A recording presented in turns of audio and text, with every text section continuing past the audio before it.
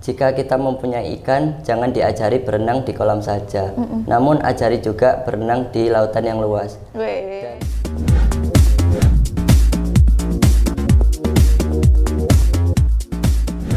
Mahasiswa bukan hanya sekedar cendekia, apalagi jadi beban orang tua. Mahasiswa adalah tumpuan bangsa untuk masa depan yang lebih sejahtera. Seveners bersama saya Haliza. Kali ini nuansanya berbeda. Saya tidak akan berbincang dengan tokoh publik, melainkan saya akan berbincang dengan kaum-kaum terdidik yang 15 atau 20 tahun ke depan bisa jadi merupakan tokoh publik. Ya, mereka adalah mahasiswa dari Universitas Pancamarga yang KKN di Kelurahan Kademangan, Kecamatan Kademangan, Kota Probolinggo. Bagaimana program-program yang digagas? Penasaran? Yuk ikuti saya.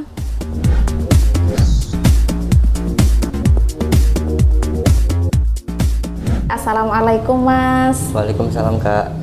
Apa kabar nih hari ini? Alhamdulillah baik. Baik ya, sehat tentunya karena tadi kita sudah senam aerobik bersama dengan teman-teman KKN Kelurahan Kademangan, Kecamatan Kademangan, Kota Probolinggo. Nah, kalau boleh tahu, beliau adalah Mas Muhammad Aldi Hidayatullah, dipanggil Mas Aldi gitu Mas ya. Nah, Mas Aldi berasal dari fakultas apa sih? Boleh cerita nih? Saya adalah mahasiswa dari Universitas Pancamarga Probolinggo dan saat ini bertepatan duduk di semester 6 Kak. Semester 6. Dan saya berasal dari Fakultas Teknik Elektro. Prodinya apa? Fakultas Teknik Fakultas Prodi Elektro. Prodi Elektro. Yeah. Oke. Nah, tentunya di sini kita kan KKN ya, Masnya KKN selaku Kordes. Yeah. Kordes. Nah, kalau boleh tahu di sini anggota KKN-nya itu ada berapa sih? Kalau di kelompok KKN saya sendiri ya Kak, ada 23 mahasiswa. Ada 23 mahasiswa. Yang itu berasal dari prodi yang berbeda-beda gitu. Kalau boleh tahu dari 23 mahasiswa ini berasal dari satu jurusan atau satu fakultas atau bagaimana? Untuk kegiatan KKN ini yang diadakan oleh Universitas Pancamarga sendiri Kak, tiap kelompok itu berbeda-beda. Ada yang dari fakultas teknik, ada yang ekonomi, ada yang sastra. Intinya satu kelompok itu random berbagai ya? macam. Berbagai macam dari latar belakang prodi dan juga fakultas. Nah, kalau kita berbicara tentang KKN nih Mas, ya KKN itu kan biasanya ada di desa ataupun di desa-desa terpencil. Nah, kali ini KKN-nya itu kan ada di Kelurahan Kademangan, Kecamatan Kademangan, Kota Probolinggo. Nah, kalau boleh tahu, yang milih tempat KKN itu dari kampus sendiri, dosen yang menentukan, atau dari mahasiswanya sendiri yang milih? Ya. Jadi untuk KKN sendiri ini Kak, ada beberapa desa dan kelurahan yang dicantumkan. Sehingga mahasiswa itu bebas untuk memilih penempatannya di mana. Nah, kebetulan saya warga Kota Probolinggo, bertepatan rumah saya ada di wilayah Kota Probolinggo. Jadi saya lebih memilih lokasi yang katakanlah dekat dengan rumah gitu Kak. Jadi biar ada keperluan apa di rumah saya bisa pulang. Bisa gitu. Oh alah. Ada nggak dari teman-temannya Mas Aldi yang KKN di desa-desa?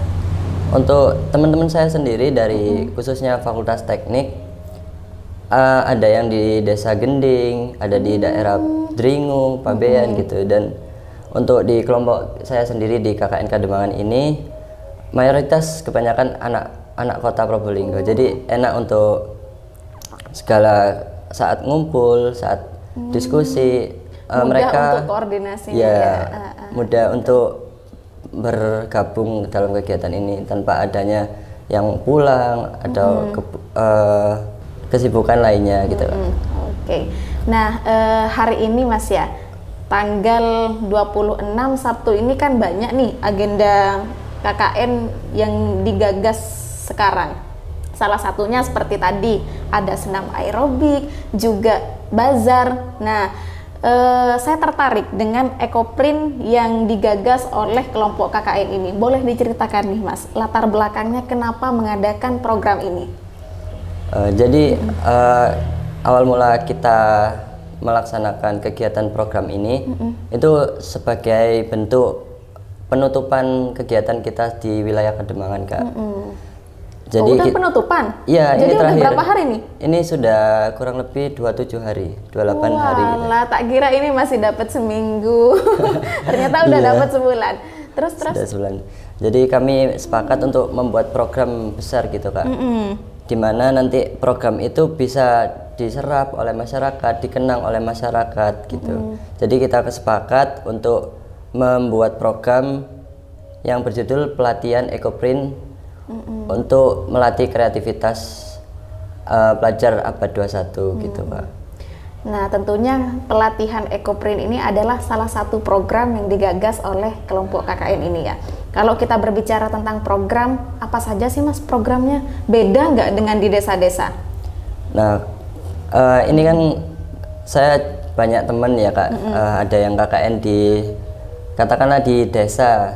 Kalau KKN pada umumnya kan ada di KKN desa-desa, dan ini baru pertama kali saya menemui KKN di wilayah kelurahan, dan tentunya sangat berbeda sekali antara di desa dan kelurahan. Cuman ya alhamdulillah di wilayah Kademangan ini, Kelurahan Kademangan, tentunya penyambutannya dari responnya masyarakat, dari bantuan pelaksanaan programnya oleh pihak kelurahan berjalan dengan lancar dan benar-benar dibantu gitu Kak.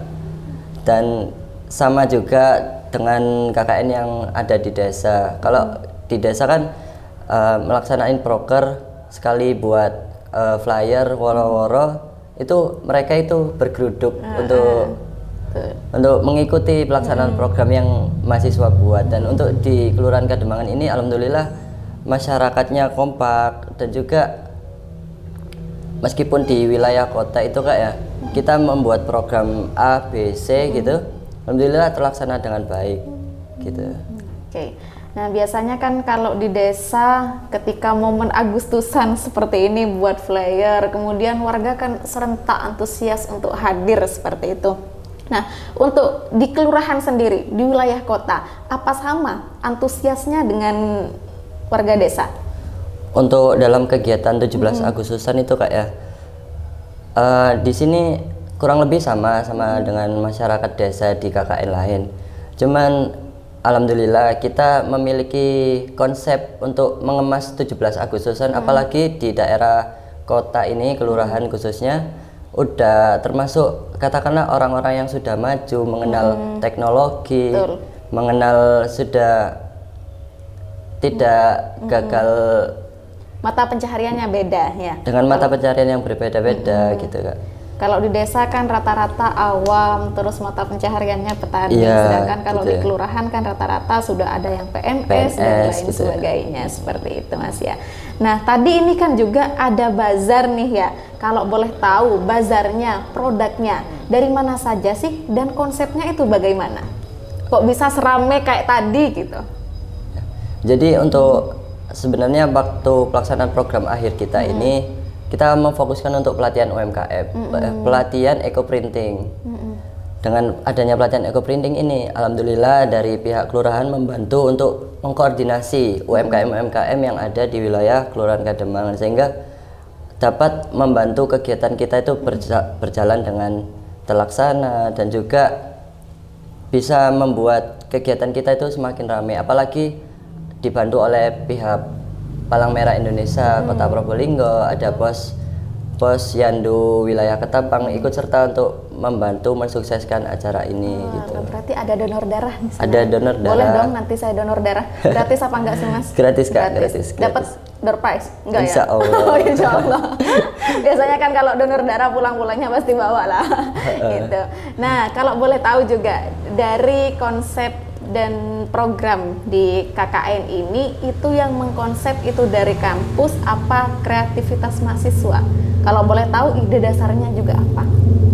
Tentunya dalam pelaksanaan KKN ini ya Kak, kita kan satu tim, jadi kita saling bersuara mana program yang cocok dilaksanakan di wilayah sini, mana program yang harus segera terrealisasikan gitu. Jadi kita membuat konsep itu bersama kelompok, gimana caranya program itu dapat terlaksana, dapat diserap, dan dapat bermanfaat untuk masyarakat sekitar. Dan juga kita tidak lupa juga untuk berkonsultasi kepada dosen pembimbing lapan kami. Dengan adanya konsultasi dengan dosen pembimbing lapangan kami, itu merupakan sebuah komunikasi antara mahasiswa dengan DPL. Jadi ada kaitannya agar program ini benar-benar terlaksana gitu, Kak. Oke, luar biasa. Nah, kalau boleh tahu juga sekarang ini kan zamannya sudah bukan zaman modern saja, tapi udah zaman digitalisasi, zaman branding seperti itu. Mungkin kalau dulu orang-orang KKN ketika mau sosialisasi ke masyarakat, mau ngajak masyarakat ataupun warga ikut kegiatan itu harus dari rumah ke rumah. Kalau sekarang kan sudah memakai digital nih ya. Nah, kalau boleh diceritakan dampak dari digital kepada warga, seperti kita cuma hanya buat satu flyer kepada warga kemudian disebar akhirnya warga ikut, dampaknya apa saja sih Mas? Kalau dalam pelaksanaan program tentunya kita perlu woro-woro dan juga membuat flyer, Kak, ya.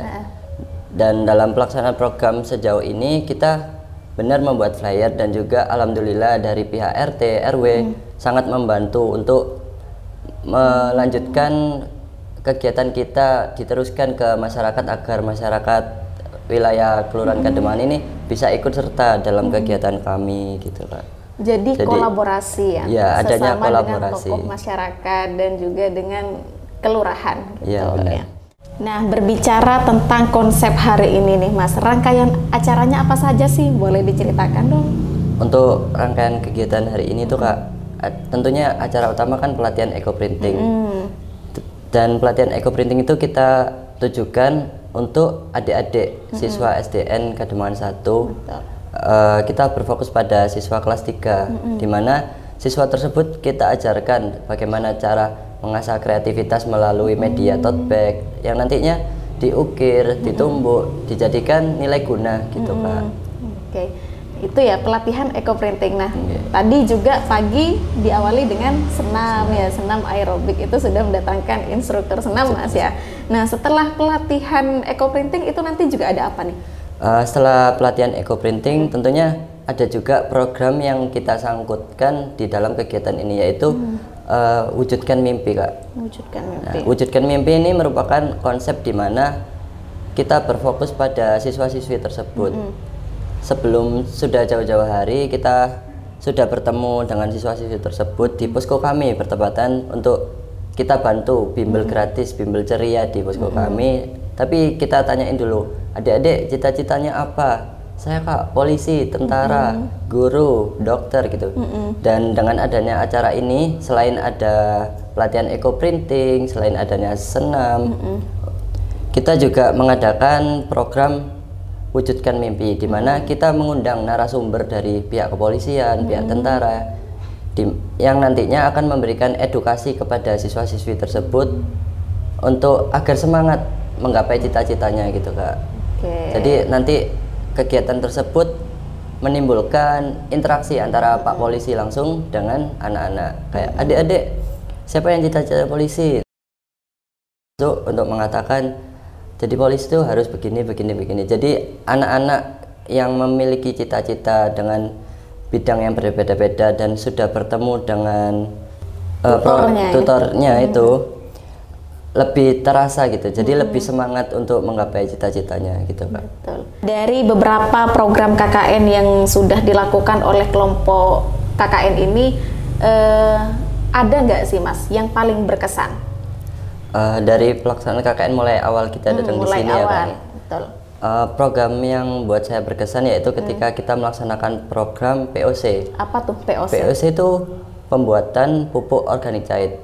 Dan pupuk organik cair. Dimana dalam kegiatan itu kita melakukan sosialisasi dan tindakan, yaitu kepada masyarakat tentang pembuatan pupuk organik cair dari air cucian beras.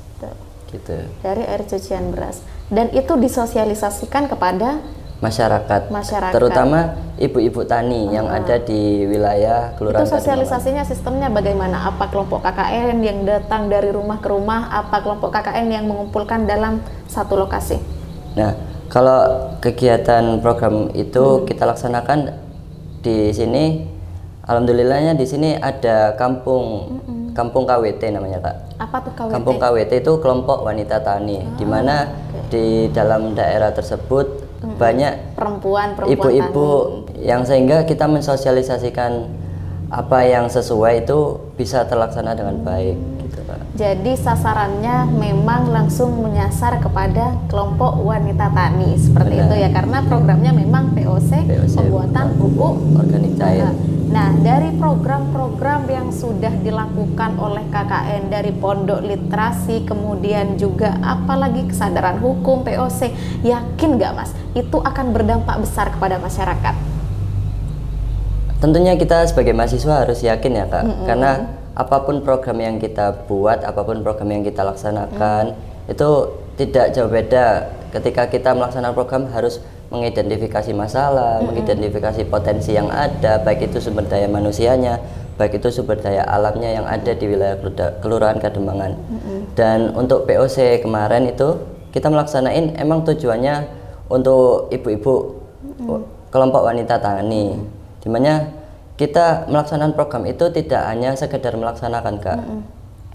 Kita berfokus gimana program itu terlaksana, dan juga kita membantu ibu-ibu kelompok wanita tani itu cara pembuatan pupuk organik cair, karena di era sekarang ini kan subsidi bantuan pupuk itu sedikit terhambat gitu Kak. Jadi dengan adanya pembuatan pupuk organik cair ini, inovasi ini semoga bisa membuat ibu-ibu di wilayah tersebut bisa menggunakan pupuk organik cair ini.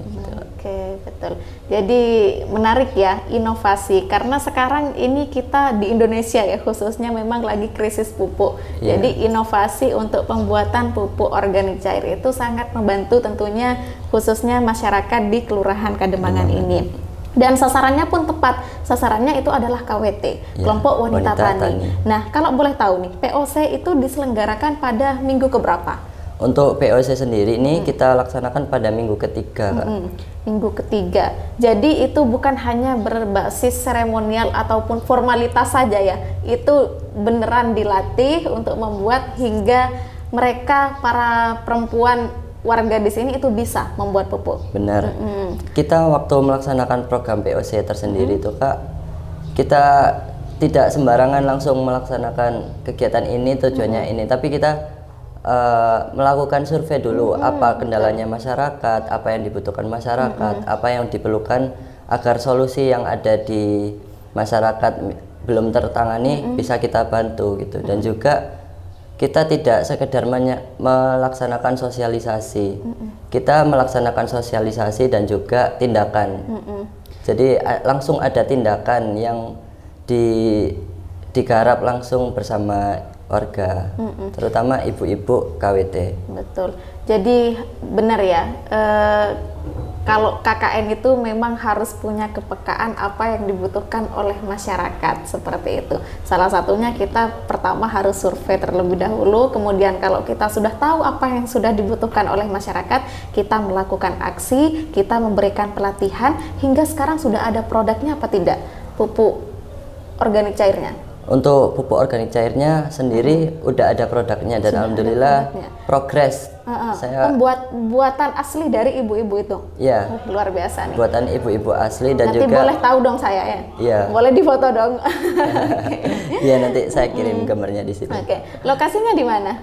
Untuk lokasi KWT ya Kak. Untuk lokasi KWT ada di RW 4. Ada berapa peserta sih kalau boleh tahu?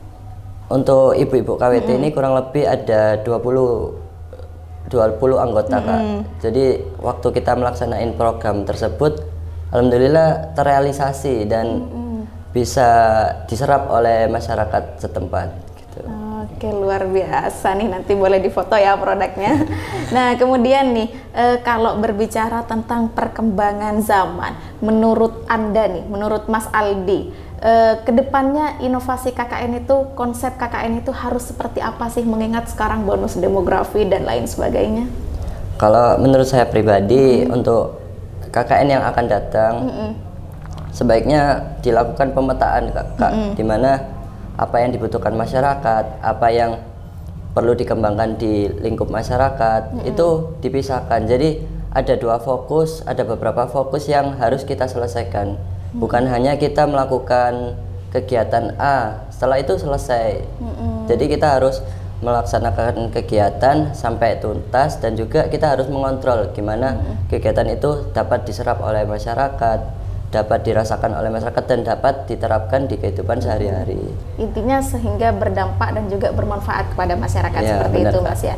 Dan juga tercapainya nilai akademisi dan juga pengabdian kepada Benar. masyarakat, tentunya seperti itu. Setujukah Anda bahwa lulusan sekolah ataupun lulusan perguruan tinggi itu adalah jaminan? Maksudnya jaminan mendapatkan kerja. Setuju apa enggak sih? Kalau menurut saya dari kacamata mahasiswa, Dari kacamata mahasiswa? saya sedikit kurang setuju sih, Kak. Karena meskipun kita sekolah atau tidak, kita kuliah atau enggak, tergantung kita. Kalau kita kreatif, mampu membuat inovasi baru, mampu belajar dengan hal-hal baru, kita mampu mengembangkan bakat, mengembangkan apa yang kita punya menjadi sebuah nilai guna di kalangan masyarakat, terutama dapat menjadi sumber pencaharian tersendiri. Itu sangat mendukung sekali. Betul. Ya. Jadi tolak ukurnya bukan masalah lulus sarjana, Iya. seperti itu ya. Jadi mungkin meskipun lulus SD ataupun lulus SMP tapi punya skill yang bagus, kemudian dikembangkan menjadi usaha dan kemudian menjadi pengusaha yang sukses, itu sudah mempunyai nilai kebermanfaat yang sangat luar biasa. Iya.